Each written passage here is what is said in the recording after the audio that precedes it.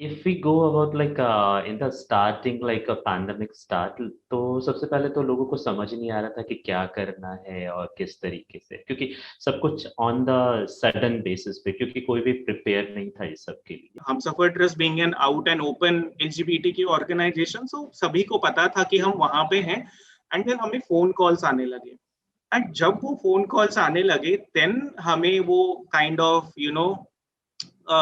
Realise, वो एकदम hit कर गया हमको कि अरे, कि अभी हमें भी इसके लिए कुछ ना कुछ स्टेप्स लेने पड़ेंगे, बिकॉज ये दिन ब दिन जो है वो खराब होते जा रहा है सिचुएशन। हमें पहले लगा था कि ये 7 दिन में होगा, जैसे वो कंट्रोल हो जाएगा बाकी सारी चीजें नॉर्मल हो जाएगी, बट जैसे जैसे वो एक्सटेंड होता गया वैसे वैसे हमें रियलाइज हुआ कि नहीं, बिकॉज हमें पता है कम्युनिटी किस हालात में रहती है। particularly when I say community, particularly I'd like to mention here about trans women, trans community.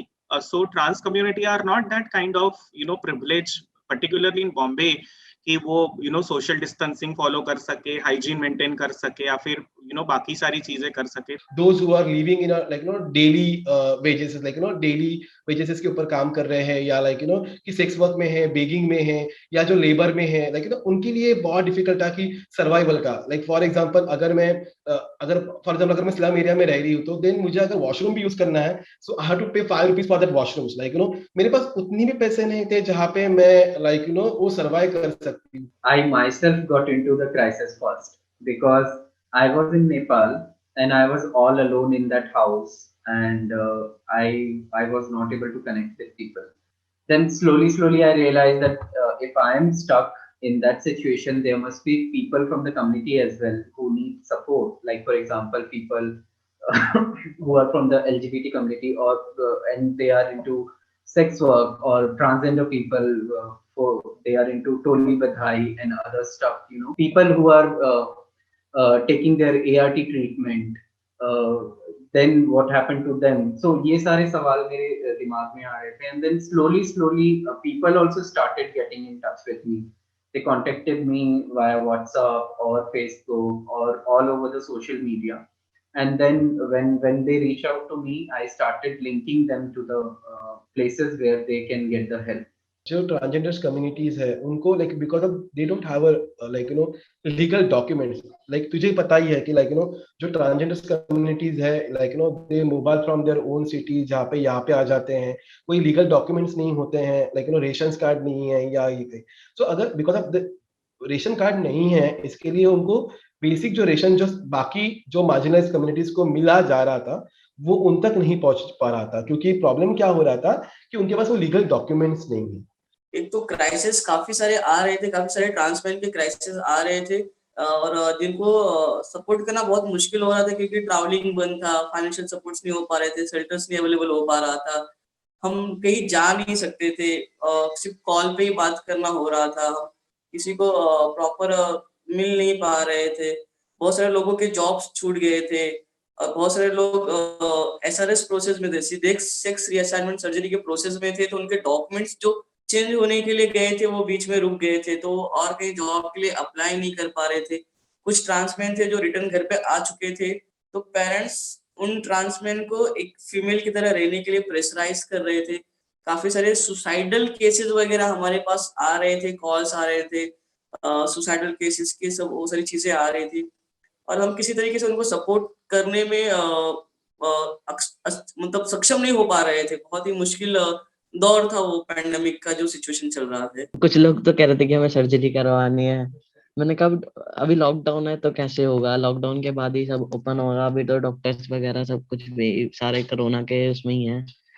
तो बहुत बहुत लोगों ने इंफॉर्मेशन गेन करी, बहुत लोग सरवाइव भी कर रहे थे, कि जिनके घर में वो ही अकेले जॉब करने वाले थे, वो भी घर पे थे, तो उनको भी बहुत प्रॉब्लम आ रही थी। सारे इश्यूज ऐसा नहीं थे कि जो कॉल्स आए हैं वो सिर्फ राशन को लेके कॉल आए हैं, किसी को सर्वाइविंग लाइक अ मेडिसिन का हो गया। एक ऐसे ही कॉल हमारे पास था कि एक ट्रांसमैन है जो बेसिकली आउट ऑफ इंडिया, वो इंडिया में फंस गए। अब वो ऐसी जगह फंस गए कि जहां से वो निकल भी नहीं सकते, उनकी कंपनी ने उनको यहाँ से कह दिया आप चले जाओ, सारे जो उनकी फैसिलिटी थी उनको हटा दिया। तो देन अगेन उनको किसी तरीके से मतलब बहुत सारा लॉन्ग प्रोसेस करके फिर उनको यहाँ पे किसी शेल्टर होम में उनको रखा। तो ये नहीं है कि हम कह सकते कि पैंडेमिक मतलब सिर्फ ये है कि लोगों के खाने तक का, लोगों का लाइवलीहुड से लेकर के लोगों के लाइफ एंड डेथ तक के भी इश्यूज सामने आए। बहुत लोग से बात हो रही थी कि हाँ हम बहुत ज्यादा डिप्रेशन में हैं, हमें डॉक्टर से बात करनी है, अगर कोई डॉक्टर हो, और हमारे पास पैसे भी नहीं है। तो ये भी चीज थी कि हाँ हमें डॉक्टर से भी बात करनी है लेकिन हमारे पास पैसे भी नहीं है। जब वो हमने रिलीज किया सोशल मीडिया पे, व्हाट्सएप पे, फेसबुक पे, within a day that was my WhatsApp number as a helpline, and I never imagine कि इतने सारे मैसेजेस मुझे आएंगे। Within a day I got almost like 690 to 700 WhatsApp messages within few hours. लोगों के पास में medicine नहीं थे, देन काफी सारी चीजें उस पर निर्भर थी, क्योंकि कम्युनिटी के साथ में हमारा इंटरवेंशन HIV से रिलेटेड भी है। तो then immediately we thought of PLHIV community का क्या होगा, जो लोग HIV से पीड़ित हैं उनका क्या होगा। स्टेप बाय स्टेप उसको करते हैं, and that's how the intervention started with the community. तो इमेजिन कि कितने सारे लोगों का ड्रग रेजिस्टेंस हुआ है, कितने लोगों ने मेडिसिन छोड़ा है, और उसके बाद अभी भी उनके बारे में हमें नहीं पता कि वो मेडिसिन दोबारा कंटिन्यू कर पाए हैं, नहीं कर पाए हैं, या फिर वो अभी किस कंडीशन में। तो इस तरीके की काफी सारी सिचुएशंस थे सिमिलर फॉर डायबिटिक पीपल।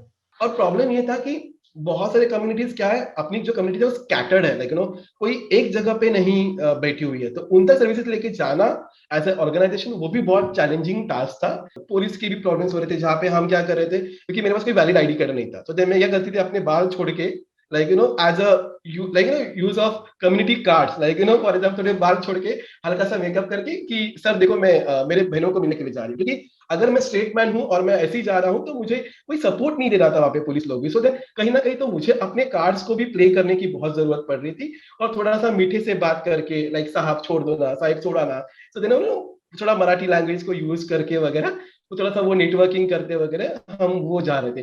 तो हर केसेस में हमको दिक्कत थी, हर केसेस हमारे लिए चैलेंज था, और हम पूरी तरीके से कोशिश कर रहे थे उसको निभाने के लिए।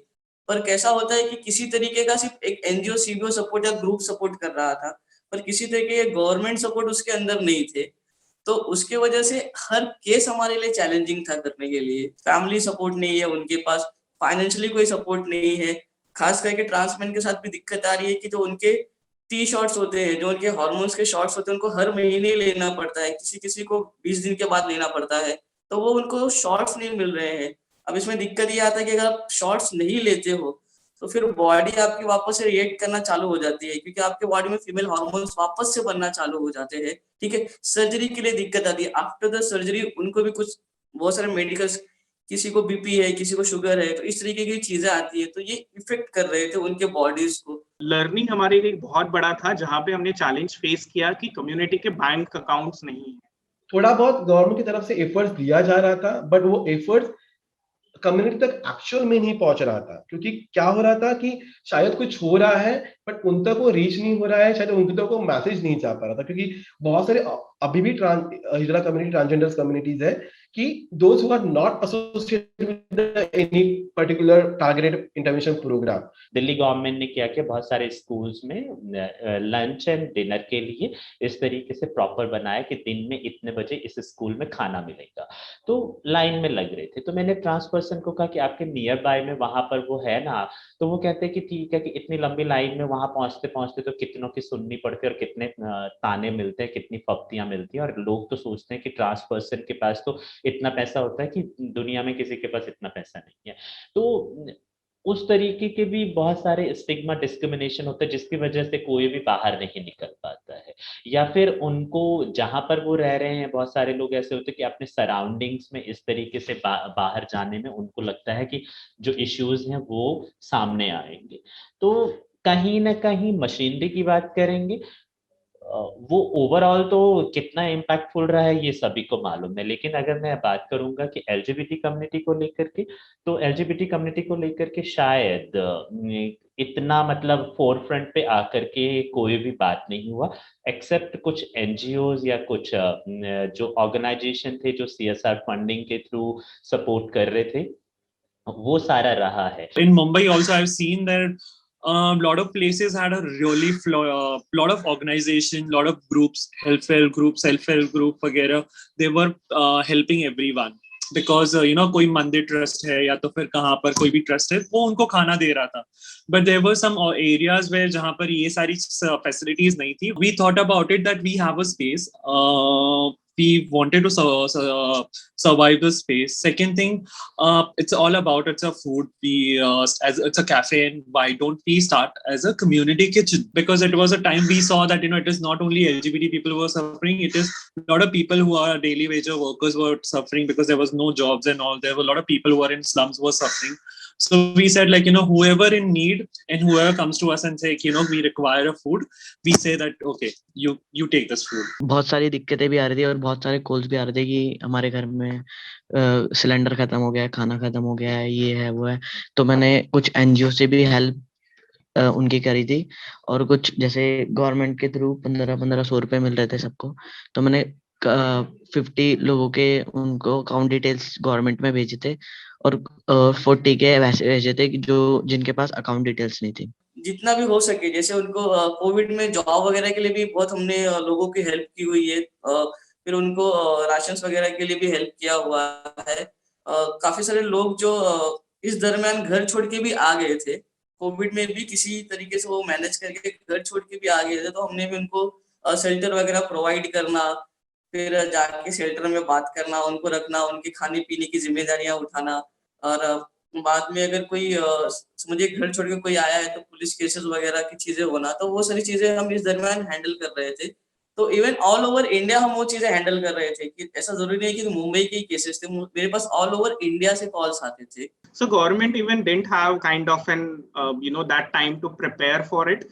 But I think at the later stage when काफी सारी policies frame हो रही थी, काफी सारे schemes आ रहे थे, so I think somewhere in that whole conversation there was no mention of the community, not even the trans women, where particularly where we have such a fantastic judgments from the Supreme Court of India, we have a recognitions to the trans community in India. Community को support करने के लिए हम जितना भी हमने किया वो भी कम था, बिकॉज वो एक लिमिटेड रिसोर्सेज के साथ करना पड़ा. हम अगर बात करें कि 100% कम्युनिटी को सपोर्ट करना, तो वो तो क्योंकि रीच भी हमारा उतना नहीं था तो वो पॉसिबल हो भी नहीं पाया. बट यस कि जितना एफर्ट किया और जितना रीच में था और जितना अपने आप को सेफ्टी में रखते हुए किया, तो उतना हम कर पाए.